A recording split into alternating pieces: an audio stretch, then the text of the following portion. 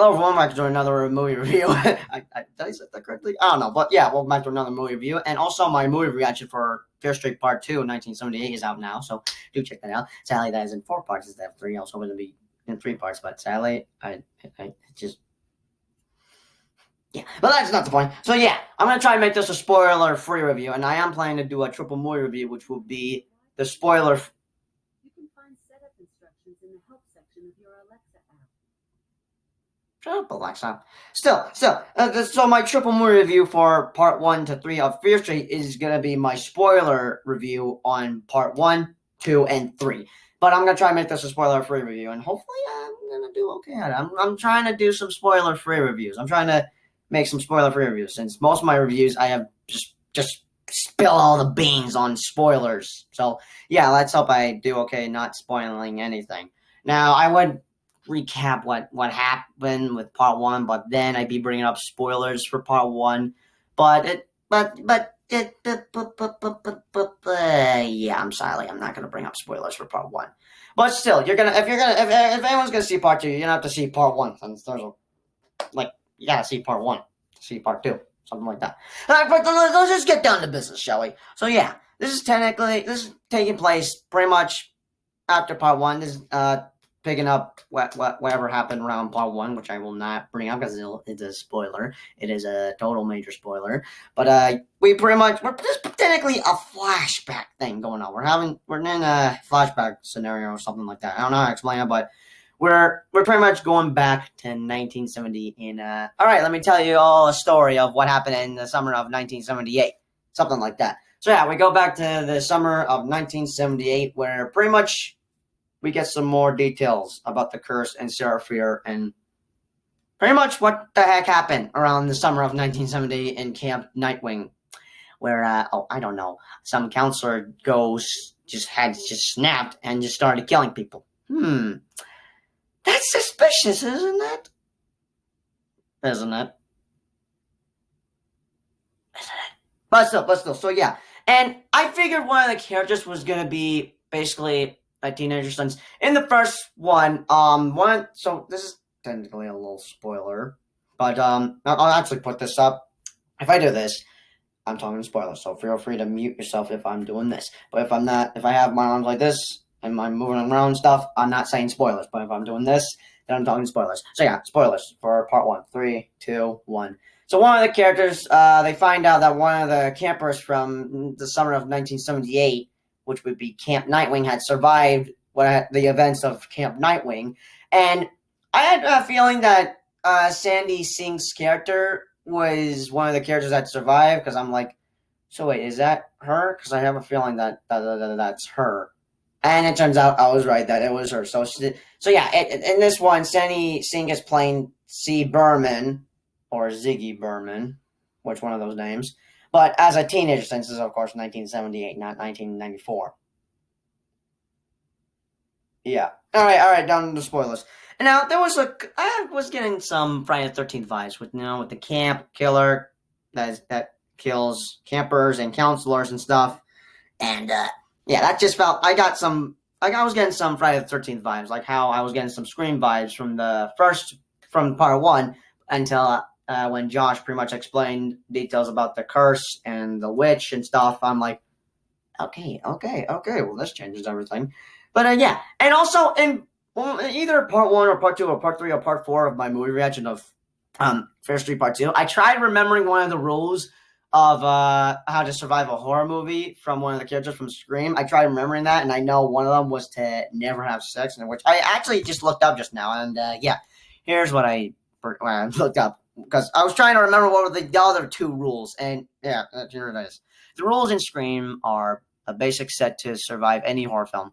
Rule number 1, you can never have sex. Rule number 2, you can never drink or do drugs. And rule number 3, never, ever, under any circumstances, say, I'll be back. No, wait, that's wrong. No, wrong movie! What I meant to say is that I will be right back. So yeah, those are the 2 rules I was trying, that I could not remember. Drink and drugs, and I'll be right back. So yeah, those were the rules that I was trying to remember. And one of these characters do end up breaking one of those rules. And it happens to be rule number 1, because there's kind of a sexy scene going on. And if you're wondering what's that, I mean, it should be obvious since I explained it in my movie reaction. The reason I call it sexy, the reason that it's a nickname. Sexy is a nickname for when there's a sex scene happening. I completely forgot what it was rated for. I mean, I know it was rated R, but I forgot about the details in the rating. But that's not the point. That's not the point. So yeah. Now, I don't know if this is a spoiler or something. I'm actually going to have to check out someone else's review. Since last review for part 1, I was looking up someone else's review as an example to see what I could do to not spoil it. But again, I'm not going to take their copy them or anything. So I'll be right back. I'm gonna check what else I could say because I have a lot of thoughts I would like to talk about, but I'm saving it for my spoiler review. But I'll be right back. All right, so I had watched a review from this YouTuber named hold up, can this thing work with me? R.L.Stine with I think a silent E. But yeah, his review was interesting. Now I'm gonna try to do some of my own thoughts, not try to copy or anything. I don't want to copy anyone's thoughts on their movie. But yeah. So let's go on. Let's start with this one. Did I enjoy this movie? Was it better than the first one, or was it the same as the first one, or was the first one better than this one? Now, honestly, part 2 has been the most anticipated Fear Street movie I've been looking forward to. Like, here's my ranking: third, part 3; second, part 1; and first, part 2. Now that was before I had saw part 1 because the part 3 was the least part I was interested in seeing. But thanks to me seeing part 1 where it explained what would be happening in part 2 and part 3, yeah, I then just took everything back about me not looking forward to see part 3, but still gonna watch it because I had then understood why 1994 was part 1 instead of like part 3 or anything. If anyone saw my review for part 1, I pretty much talked about my thoughts on how the movie had pretty much explained me some of the details I needed to know because I didn't do much research on this and I was confused a little bit. But the part 1 did me a favor. It did me a favor explain a lot of stuff that I needed to look forward to see in part 2 and part 3. So yeah. And was it better than the first one? Honestly, I guess it was better than the first one. Now, sadly, there are some deaths in here that I feel bad for. Now, part 1, there were like 2 deaths I feel bad for. And this one, I guess there are like 2 or 3, maybe 4 deaths. Actually, multiple deaths I felt bad for. Because this killer ends up not only killing counselors, like how Jason Voorhees kills counselors in Friday the 13th movies, he also kills campers. Now, that's a little spoiler there, but it's not like a big deal or anything. But still. And here's something I found out of that I need to make a video about, talk about my thoughts. Last year, I had found out the horrible truth about teenagers dying in horror movies. So, I had found out that adults play teenagers. And I'm like, oh man, okay, so by the time I'm a teenager, I'm gonna look like that, an adult as 15. But no. Let me just demonstrate something. This is what an actual 15-year-old looks like. This like a kid/adult teenager size. Because in the movies, with all that stuff that adults are playing teenagers. I am just like realizing about that because after like trying to put all the pieces together, just think about it, doing a lot of thinking about, I'm like, no, these teenagers die, and these teenagers are kind of kids. No, because here's the one thing I don't like: it's kids dying. I'm not a fan of that. I really am not. What?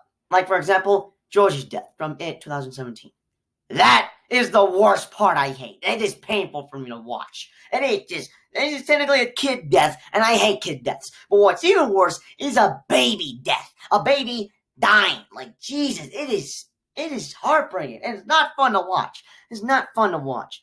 But do I have any negatives? Now, honestly, I do not know.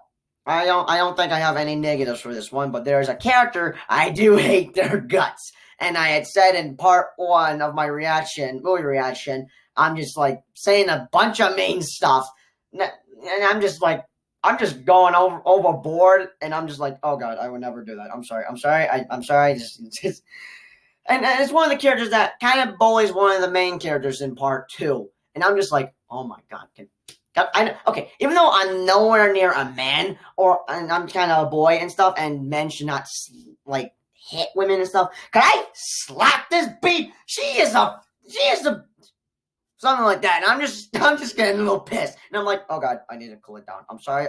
I would never do that, especially to women. I don't hit women. I don't want anyone to think that. I'm just getting a little angry with the character because I'm just pissed at the character of one of the characters. Just the character. This is so hard to explain. But one of the things is that there's one of the characters I hate their guts that just does something messed up around the opening part of the movie, and I'm just like, oh my god, she almost killed her. You're not gonna like punish her or something, Jesus. And this just, I mean, this just proves this. How do I say this? Okay, but still, this just tells me that Sunnyvale are just dirtbags. I hate them even more. It's just, but I guess part 3 will explain how did both Sunnyvale and Shadyside had pretty much split up, because I guess there are one big town until now rivalry hasn't begun, because there is rivalry going on here a few parts, because there's a rivalry going on, Sunnyvale versus Shadyside, red versus blue, good versus evil. They think Sunnyvale is just god.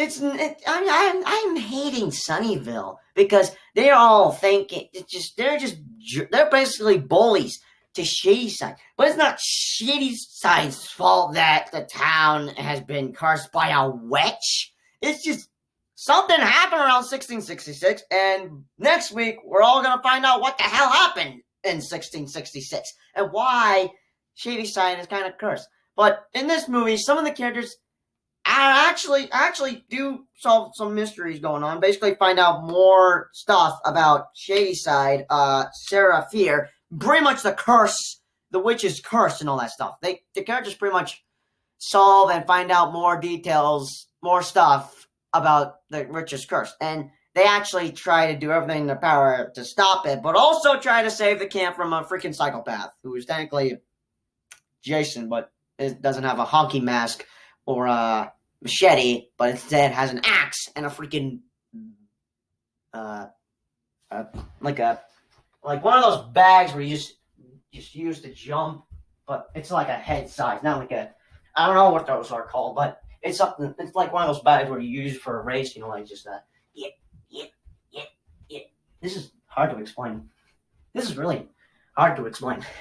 But still, there's one of the scenes where I'm just like, and it's all on camera in my movie reaction around part 4, because literally I am just speechless till like when the movie is over.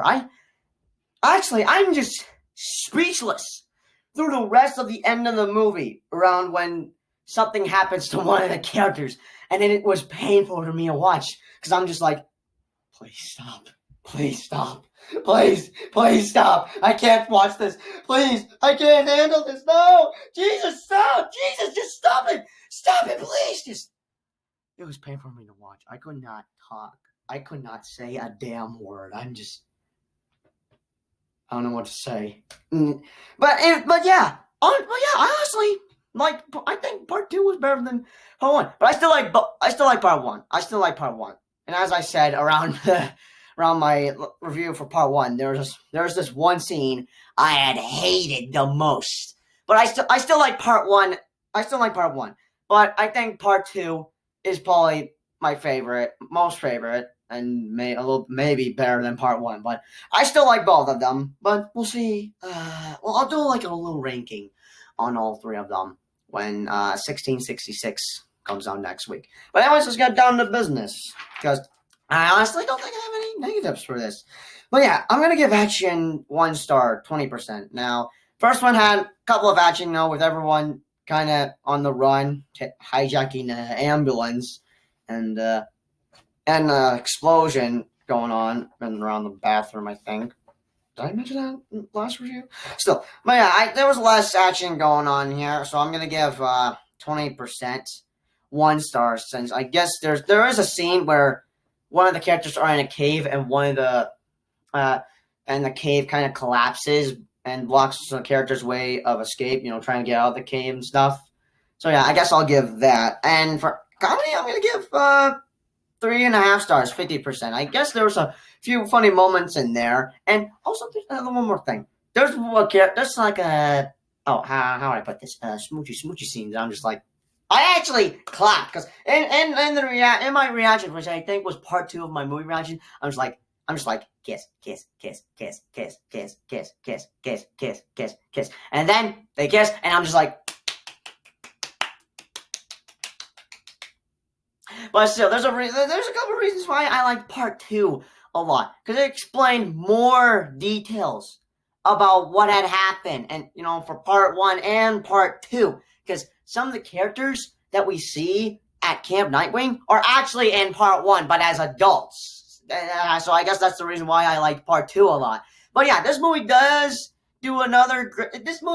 pretty much do me another favor. It explained me more details than I needed to know for pretty much part 3. Like how part 1 part 1 did me a favor on giving me some details for what I needed to know about part 2 and part 3. And part 2 did me another favor again for letting me know some details about part 1 and part 3. So yeah, I doubt that part 3 is gonna do me another favor by giving me some details for both part 1 and 2. But we'll see what happens once we see part 3 next week. But yeah, I'll give comedy 3.5 stars, 50%. For drama, I'm gonna give 5.5 stars, 90%, because there's a lot of drama going on. Not besides the rivalry with Shadyside and Sunnyville. There's also 2 sisters that are always arguing with each other, kind of hating each other's guys. And there's some characters I feel really bad for, with their backstories and stuff. It's just very heartbreaking. And I then feel more bad for Shadyside and just kind of want to punch Sunnyside in the face, because literally, kid, we just all get along with each other? Like, Jesus Christ.